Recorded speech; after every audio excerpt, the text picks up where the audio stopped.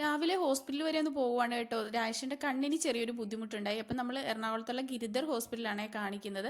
അപ്പോൾ 2 വർഷം മുമ്പ് ഇതേപോലെ ഒന്നും ഉണ്ടായപ്പോൾ നമ്മൾ ഇവിടെയാണ് കാണിച്ചത്. അപ്പോൾ രാജേഷിൻ്റെ പണിയുടെ ഭാഗമായിട്ട് ഇങ്ങനെ ഉണ്ടാകാറുണ്ട്.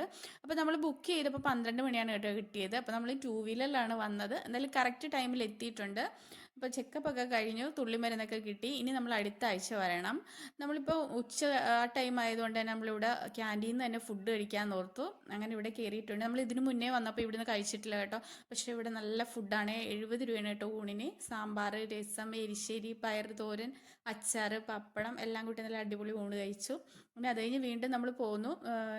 കൂടുതലും ഞാനാണ് കേട്ടോ വണ്ടി ഓടിച്ചത്. ഇടയ്ക്ക് രാജേഷനൊന്ന് കൈമാറി ഓടിക്കുന്നുണ്ട്. കണ്ണിൽ ഗ്ലാസ് ഒക്കെ വെച്ചിട്ടുണ്ട് കേട്ടോ. അപ്പം നമ്മളിവിടെ എരമല്ലൂർ കമ്മത്തിൻ്റെ കടയിൽ കൂടെ കയറിയിട്ടോ. ഇവിടെ ഇതുവഴി പോയാൽ ഇവിടെ കയറാതിരിക്കത്തില്ല കേട്ടോ. ഞങ്ങൾ അവിടുന്ന് രാജേട്ടൻ പൂരിയും മസാലക്കറിയും കഴിച്ച് ചായയൊക്കെ കുടിച്ചു. ഞാനൊരു അടയാണ് കേട്ടോ വാങ്ങിച്ച് കഴിച്ചത്, അടയും ചായയും. അപ്പോൾ ഇത് നല്ല ഫുഡ്, ഇവിടുത്തെ ഊണും എല്ലാം നല്ലതാണ് കേട്ടോ. അപ്പോൾ ഞങ്ങൾ അത് കഴിഞ്ഞ് വീട്ടിലേക്ക് പോന്നു.